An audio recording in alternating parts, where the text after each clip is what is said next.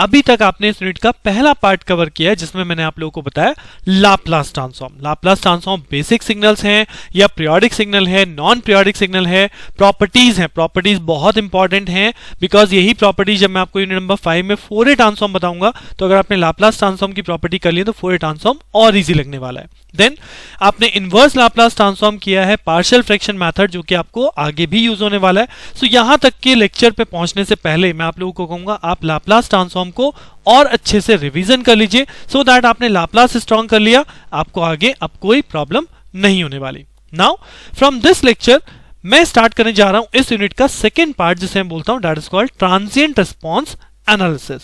जी हाँ, transient response analysis क्या है, इनिशियल कंडीशंस के बारे में आप यहाँ पे जानेंगे। What do you mean by initial condition, equivalent circuit कैसे बनाए जाते हैं, तो ये सब चीजें इस लेक्चर में बेसिकली इंट्रोडक्शन यहाँ पे रख रहा हूँ जो कि बहुत इंपॉर्टेंट है आगे लेक्चर्स के लिए।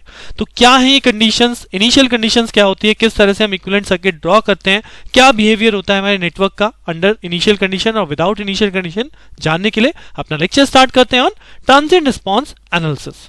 सो ट्रांजिएंट रिस्पॉन्स पे जाने से पहले सबसे पहली चीज जो आपको यहां पे समझनी है वो है initial condition. Now what is initial condition? तो अब अगर इनिशियल कंडीशन की बात करूं तो बेसिकली यहां पे जो अब हमें सर्किट पढ़ना है वो हमारे पास आरसी सर्किट है, आरएल सर्किट है या आरएलसी नेटवर्क है। सो इन नेटवर्क के सॉल्यूशंस फाइंड आउट करने के लिए we required differential equations. Differential equations use होती हैं मैथ्स में, आप लोगों ने नाम सुना होगा डिफरेंशियल इक्वेशन। और डिफरेंशियल इक्वेशन के अगर सॉल्यूशन की बात करूं तो सॉल्यूशन में क्या होता है, सॉल्यूशन में basically there are two factors involve, one is called general solution and one is called particular solution जिसे हम पर्टिकुलर इंटीग्रल भी बोलते हैं, पीआई एंड सीएफ, राइट। तो CF is called general solution, PI is called particular solution. तो दो type के solution यहां पे इन्वॉल्व होते हैं। अब अगर जनरल सॉल्यूशन की बात करूं तो यहां पे बुलाता है if the constant of integration is not known then it is called a general solution. और अगर कांस्टेंट ऑफ इंटीग्रेशन है जिसकी वैल्यू हमें पता करनी है, the value of constant integration are required, then it is called a particular solution. So ये जो कांस्टेंट ऑफ इंटीग्रेशन है इसे हम कैलकुलेट करते हैं जिन कंडीशंस की हेल्प से, those conditions are called initial condition, right. So यहां पे बेसिकली सिंपल सी बात आपको याद रखनी है कि आपका राइट हैंड साइड, अगर मैं मैथ्स के रेफरेंस में बात करूं तो अगर राइट हैंड साइड जीरो होता है किसी डिफरेंशियल इक्वेशन का, m square plus 2m plus 1 is equal to 0, तो हम बोलते थे केवल कॉम्प्लीमेंट्री फंक्शन आएगा, केवल जनरल सॉल्यूशन आएगा because right hand side zero है। बट वहीं पे अगर आपका इंटीग्रेशन कांस्टेंट मतलब राइट हैंड साइड जीरो नहीं है तो वहां पे पीआई भी कैलकुलेट करते हैं। वही सेम चीज यहां पे भी है कि इंटीग्रेशन कांस्टेंट अगर हमारे पास नहीं है तो जनरल सॉल्यूशन है, इंटीग्रेशन कांस्टेंट जहां पे रिक्वायर्ड है तो वो रिक्वायरमेंट हमारी पूरी होती है with some conditions that are called initial condition. अब ये तो सिंपली बात हो गई थ्योरेटिकल, क्या होता है इनिशियल कंडीशन। आपको मैं यहाँ पे जो यूज करना है बेसिकली उससे आपको गो थ्रू होना है, उसको आपको अच्छे से समझना है। तो यहाँ पे सबसे पहली चीज जो मैंने आपको रिप्रेजेंट करी है that is notation to remember. अब इस पूरे लेक्चर्स में, पूरे पार्ट में ट्रांजिएंट रिस्पॉन्स के अंदर आपको कुछ इस टाइप का नेटवर्क मिलने वाला है, राइट। और इस नेटवर्क को मैं लाप्लास की हेल्प से ही सॉल्व कराऊंगा। That's why I have given a very deep introduction or you can say very deeper knowledge regarding Laplace transform in the previous lecture, right? So अब इस नेटवर्क में आप देखोगे नेटवर्क बिल्कुल सिंपल सा मुझे दिख रहा है कि एक वोल्टेज सोर्स लगी है, एक रेजिस्टर है, एक इंडक्टर है, but there is a new thing in this network and that is called this switch. तो यहाँ पे स्विच आपके लिए नया इन्वॉल्व हो गया और स्विच में अब आपको समझना क्या है, इसलिए मैंने लिखा है नोटेशन टू रिमेंबर। क्या समझना है कि जो स्विच है इसके ऊपर एक एरो मार्क हुआ है, तो ये एरो हमेशा आपको दिखाएगा, कभी स्विच पे एरो इस तरह से मार्क होगा, कभी आपका स्विच क्लोज है तो उस पे एरो इस तरह से मार्क होगा। तो एरो का मतलब होता है arrow shows your switching, right. अब इस एरो को यहाँ पे इस तरह से दिखाने का मतलब है कि at t is equal to 0 ये स्विच आपका क्लोज हो रहा है, यानी switching will occur and this switch will close at t is equal to 0. The similar thing is written over here that t is equal to 0, switch position change, right? अब अगर आप देखो t is equal to 0 पे switch close हो रहा है, तो अगर मैं बोलूं 0 माइनस, यानी कि ये कौन सी कंडीशन है, ये सिचुएशन है, ये टाइम इंस्टेंस है when t is not equal to 0 and before just switching, तो अगर t माइनस 0 पे आप देखेंगे, 0 माइनस पे, तो 0 माइनस पे क्या है, स्विच ओपन है ना, तो that this condition is called instance just before the switching। और वहीं पे 0 प्लस क्या कहलाएगा, हमेशा 0 प्लस कहलाएगा instance just after the switching. और एक इंस्टेंस जो यहाँ पे काउंट होगा that is t greater than 0। तो t ग्रेटर देन 0 का मतलब है अगर आप t greater than t equal to 0 पे आपका स्विच क्लोज हो रहा है तो t ग्रेटर देन 0 को मैं क्या बोलूंगा, मींस t ग्रेटर देन 0 का मतलब कि स्विच क्लोज कंडीशन में बहुत लॉन्गर टाइम के लिए है। इसी चीज को बोलते हैं ऑल इंस्टेंस आफ्टर स्विचिंग यानी t ग्रेटर देन 0, राइट। तो अगर मैं आपको यहां याद रखने के लिए बोलूं तो याद रखने के लिए मेन चीज क्या है, सबसे पहली चीज सर्किट में ये ढूंढिए कि स्विचिंग कब अकर हो रही है। स्विचिंग एट एक पर्टिकुलर टाइम इंस्टेंस पे अकर होगी t इज इक्वल टू 0 पे, अब चाहे वो स्विच क्लोज हो रहा है या स्विच ओपन हो रहा है। t 0 minus just before switching, 0 plus just after switching, greater than 0 all instance after switching, right. तो these are the main important things to remember. अब एक और चीज अभी मैं यहाँ पे बात कर रहा था that is called steady state. तो स्टेडी स्टेट क्या है, this is the steady state definition, if the network remains for a long time without any switching action then the network is said to be in steady state condition, यानी after switching. Generally हम बोलते हैं after switching. अगर मैं इसी example को लूं तो जब आफ्टर स्विचिंग हो गया तो जनरली स्विच क्या हो गया, क्लोज हो गया। अब स्विच क्लोज कंडीशन में ही काफी लंबे टाइम तक अगर है when t ranges for greater than 0 यानी t आपका इंफिनिटी तक वेरी कर जाता है, तो यानी ये बहुत लंबा टाइम हो गया। तो इस कंडीशन पे हम नेटवर्क को बोलते हैं the network is in steady state condition. तो ये स्टेडी स्टेट की डेफिनेशन है, when the network remains for a long time without any switching action then the network is said to be in study state. तो यहां पे सारी terminologies को मैं आपके सामने रख रहा हूं जो मैं आगे अपकमिंग लेक्चर्स में यूज करूंगा। तो यहां पे केवल इन्हें बहुत ध्यान से समझना है और अपना कॉन्सेप्ट बनाना है, राइट। अब अगर आगे चलूं तो नाउ इनिशियल कंडीशंस इन एलिमेंट्स। अब इनिशियल कंडीशंस की मैं बात कर रहा था, अब आपको जो मेनली यहां पे यूज करना है there are 3 elements RLC, right. So यहां पे क्या इनिशियल कंडीशंस होती हैं इन एलिमेंट्स के अक्रॉस। तो अगर इनिशियल कंडीशन की बात करूं, you have to remember this also कि R के अक्रॉस, रेजिस्टेंस के अक्रॉस कभी कोई इनिशियल कंडीशन एग्जिस्ट नहीं करती। There is no initial condition across resistance. वहीं पे अगर आप इंडक्टेंस की बात करोगे तो always current across inductor is called the initial condition. हमेशा ध्यान रखिएगा, करंट अक्रॉस इंडक्टर। और वहीं कैपेसिटर के अक्रॉस क्या लेना है, वोल्टेज। तो voltage across capacitor is called the initial condition, right. तो यहां पे मैंने बताया ना आपको चीजें याद रखनी है, तो इसलिए रजिस्टर के क्रॉस कोई इनिशियल कंडीशन नहीं, करंट हमेशा किसके क्रॉस, इंडक्टर के क्रॉस इनिशियल करंट, और कैपेसिटर के cross initial voltage. These are called initial conditions in our element. Now the next is elements at t is equal to 0 plus and steady state condition without any initial condition, यानी कि मैंने यहाँ पे एक आपको equivalent circuit दिखाए हैं। This is basically resistance जो कि आपका at t is equal to 0 plus means just after switching, right, just after switching। और एक कंडीशन है इन स्टडी स्टेट यानी t is equal to infinity, यानी स्विचिंग अगर हो चुकी है, अब वो स्टडी स्टेट में है तो रेजिस्टेंस पे आपका कोई इंपैक्ट नहीं पड़ता है, रेजिस्टेंस ही रहता है because there is no initial conditions, right.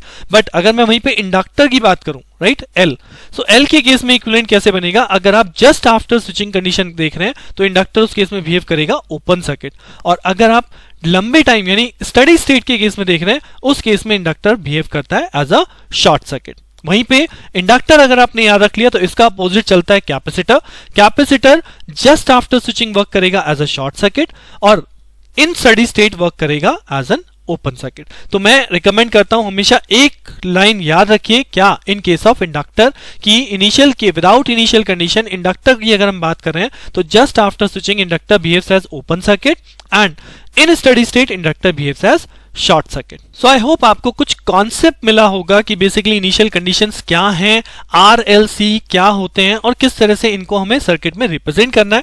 सो फिलहाल अभी आगे जाने से पहले मैं आपको इन्हीं का यूज दिखाता हूं in your network, right. So यहाँ पे मैंने सिंपल सा एक नेटवर्क चूज किया, this is example number 1 where I am saying for the network calculate I0 plus if the switch is closed at t is equal to 0, right.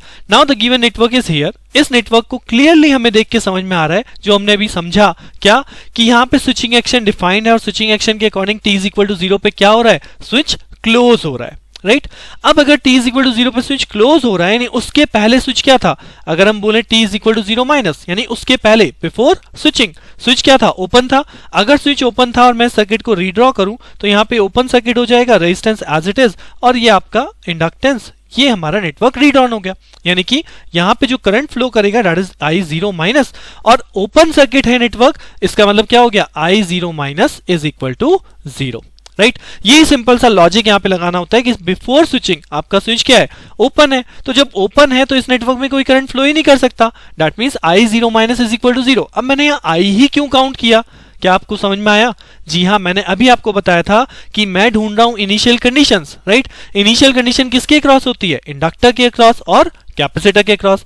इस network में क्या given है? इंडक्टर गिवन है। तो inductor के cross कौन सी initial condition हमने पढ़ी? Current. So that's why I have calculated the current. तो मैं इसे यहाँ पे IL0 माइनस भी लिख सकता हूं। This shows that there is no initial condition exist across inductor, right?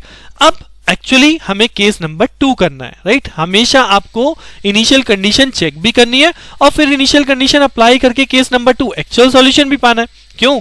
क्योंकि मुझे क्या कैलकुलेट करना है? I0 प्लस, यानी कि केस जस्ट आफ्टर स्विचिंग। तो अब केस देखते हैं जस्ट आफ्टर स्विचिंग क्या हो रहा है। तो जैसे ही आपकी स्विचिंग अकर होगी ये स्विच हो जाएगा क्लोज, और हमें कैलकुलेशन किसकी करनी है? 0 प्लस पे, यानी एट टाइम t 0 प्लस। अब 0 प्लस पे अभी हमने क्या पढ़ा? इक्विवेलेंट सर्किट में क्या होता है?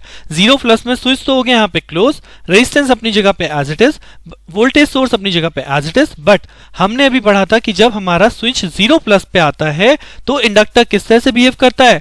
ओपन सर्किट बिहेव करता है, यानी कि यहाँ पे इंडक्टर की वैल्यू क्या हो जाएगी? Open circuit. दैट मींस यहाँ पे जो करंट फ्लो कर रहा है that is I0 plus, that I0 plus is again 0. So this is the way how we solve, how we calculate this type of current in case of these switching network, right? I hope आपको थोड़ा बहुत concept बना होगा। चलिए एक और example मैं आपको दिखाता हूँ, और यहाँ पे मैं जस्ट केवल आपके साथ बेसिक डिस्कस कर रहा हूँ, राइट? ये बेसिक बहुत इंपॉर्टेंट है नेक्स्ट लेक्चर के लिए, इसलिए मैं आपको बार बार एम्फेसिस कर रहा हूँ, सो दैट आपके लर्निंग में आ जाए, आपको बार बार इस लेक्चर वापस ना आना पड़े। दीज आर थिंग्स जो आपको हमेशा याद रखनी है for our further topics, right? So चलिए नेक्स्ट एग्जांपल देखते हैं। दिस इज एग्जांपल नंबर 2, और सेम यहाँ पे भी एक नेटवर्क गिवन है, इसमें स्विच लगा है जिसमें एक स्विचिंग एक्शन शो किया गया है that t is equal to 0 पे स्विच क्लोज हो रहा है। अब इतना मुझे समझ में आ गया, राइट? सो यानी कि अगर हम पहले देखें t इज इक्वल टू 0 से पहले, तो उस केस में क्या होगा? Switch open. तो अगर स्विच ओपन होगा, मैं यहाँ केस 1 दोबारा से ड्रॉ करूं जिसमें क्या है? स्विच ओपन है, तो यहाँ पे ओपन सर्किट हो गया। ओपन सर्किट का case resistance as it is, capacitor as it is, inductor as it is, यहाँ पे resistance as it is and this voltage source as it is. तो क्या यहाँ पे कोई करंट फ्लो करेगा? जी नहीं, यहाँ पे कोई करंट फ्लो नहीं करेगा। और अगर कोई करंट फ्लो नहीं करेगा तो दैट मींस इस कैपेसिटर के क्रॉस कोई इनिशियल वोल्टेज नहीं आएगी। अब देखिए मैंने यहाँ पे कैपेसिटर के क्रॉस वोल्टेज ही क्यों ली? यही चीज मैंने आपको थोड़ी देर पहले बताई थी कि हम इनिशियल कंडीशन जो लुकअप करते हैं वो किसके अक्रॉस क्या करनी है? कैपेसिटर के क्रॉस वोल्टेज और इंडक्टर के क्रॉस करंट। अब जब यहाँ कोई करंट फ्लो ही नहीं कर रहा, सर्किट आपका ओपन है, तो इस ओपन सर्किट की वजह से कोई करंट फ्लो नहीं हुआ, तो इसके क्रॉस कोई वोल्टेज जनरेट नहीं हुई। सिमिलरली जब यहाँ पे वोल्टेज सोर्स से आपकी रिमूव हो गई, तो इस जगह पे जहां पे इंडक्टर लगा था, इंडक्टर के क्रॉस भी कोई इनिशियल करंट फ्लो नहीं करेगा, राइट? सो यानी कि इनिशियल कंडीशंस यहाँ पे एग्जिस्ट नहीं कर रही, ना ही कैपेसिटर के क्रॉस वोल्टेज है और ना ही इंडक्टर के क्रॉस करंट है, राइट? अब केस नंबर 2 पे आते हैं। कब? After switching. तो जब आफ्टर स्विचिंग आप देखेंगे case number 2, that means switch हो गया आपका क्लोज। स्विच क्लोज हो गया और हम केस नंबर 2 किस पे डिस्कस कर रहे हैं? केवल t is equal to 0 plus पे। और 0 प्लस पे भी हमने क्या पढ़ा था कि इंडक्टर क्या होता है? इंडक्टर ओपन सर्किट होता है और कैपेसिटर क्या हो जाएगा? शॉर्ट सर्किट हो जाएगा। यानी कि नेटवर्क कैसा बनेगा? रेजिस्टेंस अपनी जगह पे एज इट इज, कैपेसिटर यहाँ पे हो गया शॉर्ट, वोल्टेज सोर्स अपनी जगह पे एज इट इज, इंडक्टर हो गया आपका ओपन, रेजिस्टेंस अपनी जगह पे as it is. So this is the network, this is 1 ohm, this is 10 volt and this is 2 ohm, right? तो यहाँ पे बेसिकली जो करंट फ्लो कर रहा है वो क्या है? यहाँ पे बेसिकली जो करंट फ्लो कर रहा है वो I1 0 प्लस है, और यहाँ पे क्योंकि अभी ओपन सर्किट हो गया तो फिर से यहाँ पे अगर मैं I2 0 प्लस बोलूं तो मेरे लिए I2 0 प्लस की वैल्यू क्या हो गई? I2 0 प्लस की वैल्यू हो गई 0। यानी कि हमें बोला गया था calculate the loop current at t is equal to 0 plus. तो 0 प्लस पे कंडीशन क्या आई? पहले मैंने इनिशियल कंडीशन चेक करी कि बिफोर स्विचिंग क्या कोई कंडीशन एग्जिस्ट तो नहीं कर रही, तो मुझे पता लगा नहीं कर रही। अब मैं t is equal to 0 plus पे देख रहा हूं, यानी just after the switching inductor open होता है, जिस वजह से यहाँ कोई करंट फ्लो नहीं करेगा। बट कैपेसिटर के शॉर्ट होने की वजह से ये जो आपका नेटवर्क है, ये नेटवर्क आपका बन गया है, तो यहाँ पे आपका I1 0 प्लस फ्लो करेगा and that is V upon R 10/1, तो 10 एम्पियर का करंट यहाँ पे हमारा फ्लो करेगा। तो these are the value of loop current at t is equal to 0 plus. So with this मैं कहूंगा कि आपके पास कुछ अंडरस्टैंडिंग जरूर बनी होगी ट्रांजिएंट रिस्पांस एनालिसिस के अंदर हमें करना क्या है, इनिशियल कंडीशंस क्या होती हैं, कैसे एलिमेंट्स के क्रॉस एग्जिस्ट करती हैं, और जब हम 0 प्लस या 0 माइनस केस में देखते हैं किस तरह से इक्विवेलेंट सर्किट यहाँ पे हम लोगों ने बनाए हैं। अब इसी लेक्चर को और अच्छे से प्रैक्टिस कीजिए, इन 2-3 कंडीशंस को याद रख लीजिए, बिकॉज नेक्स्ट लेक्चर में मैं शुरू करूंगा आरएल नेटवर्क, और जब मैं आरएल नेटवर्क की यहां पे बात करूंगा तो ड्रिवन अनड्रिवन दोनों ही टाइप का है, तो वहां पे आपको लाप्लास, इनिशियल कंडीशंस, ये सब अप्लाई करने वाला हूं। सो कैसे ट्रांजिएंट रिस्पॉन्स कैलकुलेट करना है फॉर द आरएल, आरसी और आरएलसी नेटवर्क, जानने के लिए बने रहिए मेरे साथ। मिलते हैं नेक्स्ट लेक्चर में। Thank you.